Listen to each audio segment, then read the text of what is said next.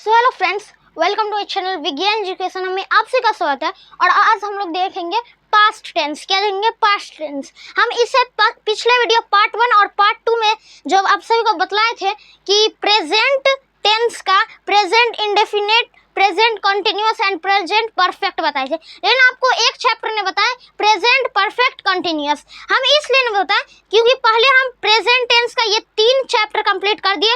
आप past tense करेंगे और फ्यूचर टेंस का भी करेंगे। लास्ट में जो हमारा बच जाएगा present perfect continuous, past perfect continuous और फ्यूचर परफेक्ट कंटिन्यूअस जो बच जाएगा उसको हम एक ही वीडियो में लास्ट वाले पार्ट में कंप्लीट कर देंगे। तो आज के इसलिए हम लेकर आए आप सभी के लिए सिंपल पास्ट टेंस यानी पास्ट इंडेफिनाइट टेंस। तो आज से जो पार्ट 1 और पार्ट 2 ने देखे तो डिस्क्रिप्शन के लिंक में आप सही जाकर देख सकते हैं, डिस्क्रिप्शन के लिंक में दिए हैं।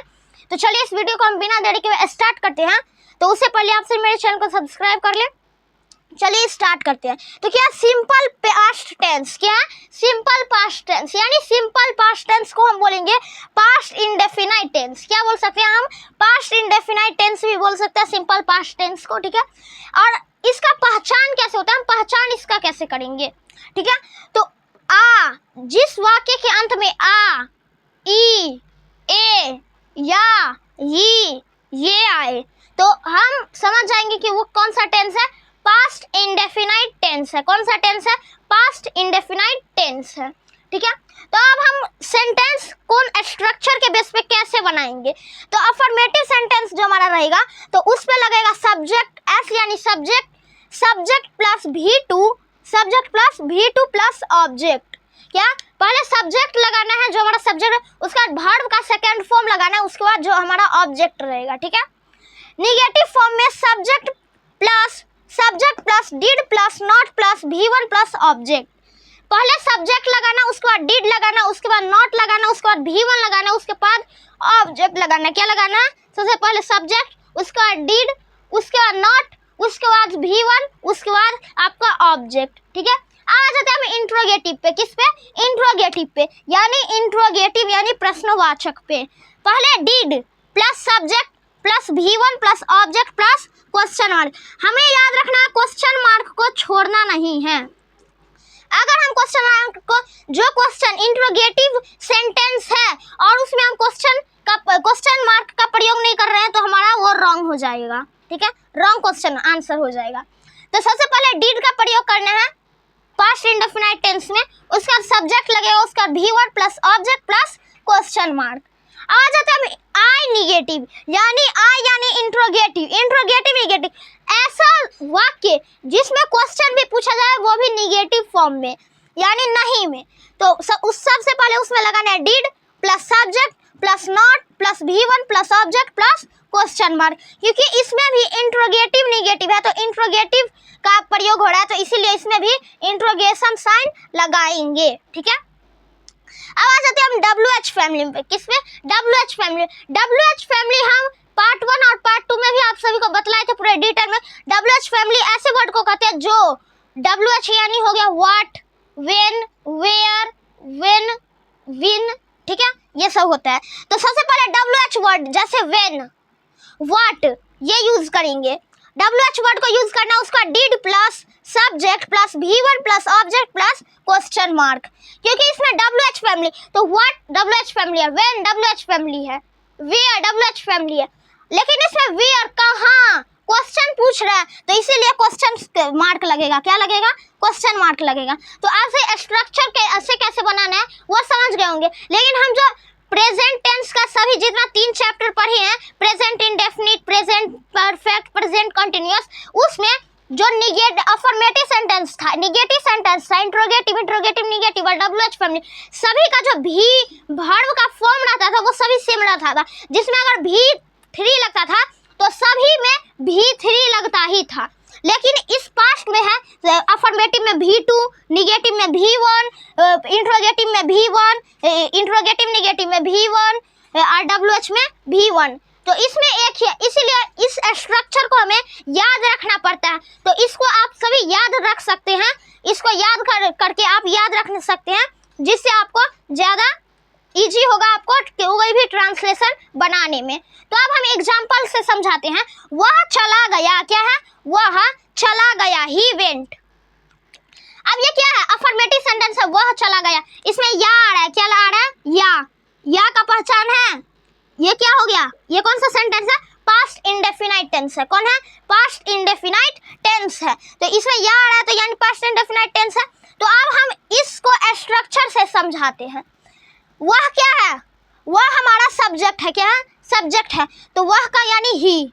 अब चला गया, क्या है, V2 प्लस ऑब्जेक्ट। तो हमारा गया तो होगा नहीं कुछ, चला गया। तो वेंट, वेंट यानी चला जाना, चला जाना। तो वेंट, V2 गो का जो होता है V2 वो होता है वेंट, गो, वेंट, गॉन, गोज, ठीक है, ऐसे होता है, ठीक है। तो अब जिसको अगर V1 V2 V3 जितना भी होते हैं, जिसको अगर दिक्कत होता है तो हम शॉर्ट्स वीडियो पे हम डाल देते हैं। तो आज से जाकर उससे को मदद से आप सब याद कर सकते हैं वर्ब के first form, second form, third form, सभी फॉर्म को, ठीक है। अब नेक्स्ट की ओर चलते हैं। ही वेंट, इसमें सेकंड फॉर्म गो का क्या हो जाएगा, वेंट। तुम सो गई, ये भी क्या है, ये भी अफर्मेटिव सेंटेंस है। यू, तुम क्या है, सब्जेक्ट है, तो यू उसका सब्जेक्ट हो गया। स्लेप्ट, V1 इसका क्या है, स्लेप्ट हो गया, ठीक है, क्या हो गया, स्लेप्ट हो गया V2, ठीक है। अब आ जाते हैं हम, मैंने नहीं खाया, यानी मैंने नहीं खाया, मैंने नहीं खाया। तो मैंने नहीं इसमें आ रहा है और या आ रहा है, तो ये तो सबसे पहला या आया, तो ये क्या है, पास्ट इंडेफिनाइट टेंस है। और सेकंड हमारा कौन सा सेंटेंस है, निगेटिव सेंटेंस है। कौन है, निगेटिव सेंटेंस, क्योंकि इसमें नहीं आ रहा है, क्या आ रहा है, नहीं आ रहा है। तो मैंने नहीं खाया, तो मैंने इसमें क्या हो गया, सब्जेक्ट हो गया, क्या हो गया, सब्जेक्ट हो गया। तो आई लगाए, मैंने यानी या आई। उसके बाद डिड इसमें बोल रहे लगाने, तो हम इसमें डिड लगा दिए। उसके बाद नॉट का प्रयोग हो रहा है, देखिए गौर से देखिए, उसका नॉट लगा है, उसका जैसे V1 प्लस ऑब्जेक्ट। तो V1 ईट का V1 जो होता है ईट ही होता है, तो ईट और ऑब्जेक्ट ईटे है। तो I did not eat, simple से वाई बन गया। स्ट्रक्चर के बेस पर अगर हम बनाएंगे तो हमें इजी होगा कोई भी ट्रांसलेशन को ट्रांसलेट करने में, ठीक है। आ जाते, क्या तुमने उसे देखा, क्या तुमने उसे देखा। अब ये कौन सा सेंटेंस है, इंट्रोगेटिव सेंटेंस है, क्या तुमने उसे देखा। तो स्ट्रक्चर में सबसे पहले डिड यू सी हिम, तो यू क्या है, उसका बोल रहा है इसमें सब्जेक्ट लगाने। उसका V1, तो सी का V1 सी ही होगा, और ऑब्जेक्ट यानी हिम, ऑब्जेक्ट इसमें क्या है, हिम है, ठीक है। और क्वेश्चन मार्क लग गया, यहाँ पे क्वेश्चन मार्क लगा है, ठीक है। तो इस प्रकार से हम बनाएंगे।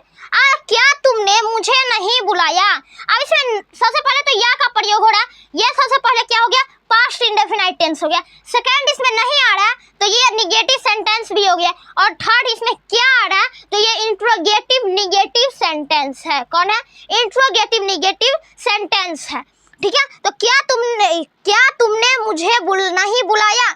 डिड, इसमें क्या है, did plus subject plus not plus V1 plus object plus question mark. तो डिड सब्जेक्ट, तो सब्जेक्ट ही हुआ, ठीक है।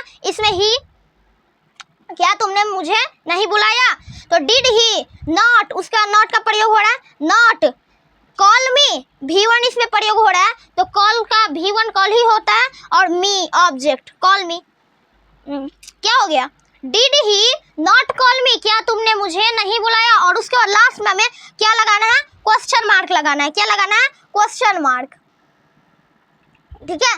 उसके बाद उसने यहाँ क्या किया, उसने यहाँ क्या किया, यह क्या है, WH फैमिली। अब कैसे हम जानेंगे उसने यहाँ क्या किया, जो WH फैमिली ही क्यों है, क्योंकि उसमें यहाँ आ रहा है, यहाँ यानी हेयर, और उसने यानी वो, उसने इसमें बता रहा उसने ही। अब उसने यहाँ क्या किया, पहले तो क्या आ रहा है, तो क्या यानी व्हाट, क्या यानी व्हाट। तो व्हाट क्या है, WH फैमिली है, तो इससे हम पता लगा लेंगे। तो उसने यहाँ क्या किया, what did he do here. WH word what है, डिड यहाँ है, सब्जेक्ट है ही हमारा। उसके बाद इसमें डू V1, डू का V1 डू ये होगा, और उसके बाद ऑब्जेक्ट हेयर, उसके बाद क्वेश्चन मार्क लगा लास्ट में लगा देना, ठीक है। तो ऐसे ही हम बनाएंगे। तो अब हमें पास्ट इंडेफिनाइट टेंस का जो हम इतना समझ गए, जो हिंदी में ऐसे आज इस वाक्य के अंत में ये सब रहे तो हम समझ जाएंगे, ये ऐसा वर्ड रहे तो हम समझ जाएंगे क्या है, पास्ट इंडेफिनाइट टेंस है। क्या है, पास्ट इंडेफिनाइट टेंस है। लेकिन अगर इंग्लिश में कोई वाक्य रहे तो कैसे हम भाई समझेंगे, कोई सेंटेंस रहे तो कैसे समझेंगे? तो इसके लिए हमें पहले सेंटेंस का टॉपिक पढ़ना भी बहुत जरूरी है। तो डिस्क्रिप्शन में लिंक दिया है, आप सही जल्दी जाकर देखिए। तो हम ऐसे ही समझा देते हैं। इसमें क्या रहा, ही वेंट, वो चला गया। पहले हमें जब हम कोई भी इंग्लिश को हिंदी अगर समझ में आ गया, जैसे हम दिए राम ईट्स, राम ईट्स यानी राम खा रहा है, राम ईट्स। पहले हमें कोई भी सेंटेंस का हिंदी समझना होगा, तभी हमें कोई भी सेंटेंस पता चलेगा वो कौन सा टेंस में प्रयोग हो रहा है। ठीक है, जैसे he go to school, he go to school, वह स्कूल यानी वह विद्यालय जा रहा है। तो इसमें हमें सबसे पहले हिंदी समझे तब ना हमें पता चला वह स्कूल जा रहा है, इसका हिंदी हुआ। तो हिंदी अगर हम समझ जाएंगे, जैसे ही वेंट, वह चला गया, हमको मालूम हो गया, तो वे चला गया तो यहाँ आया, तो ये पास्ट इंडेफिनाइट टेंस है। ये बहुत ही सिंपल फॉर्म है। तो सबसे पहले हमें ये समझना होगा। और आप इस वीडियो को ज़्यादा से ज़्यादा शेयर करिए और लाइक करिए। तब तक के लिए थैंक यू।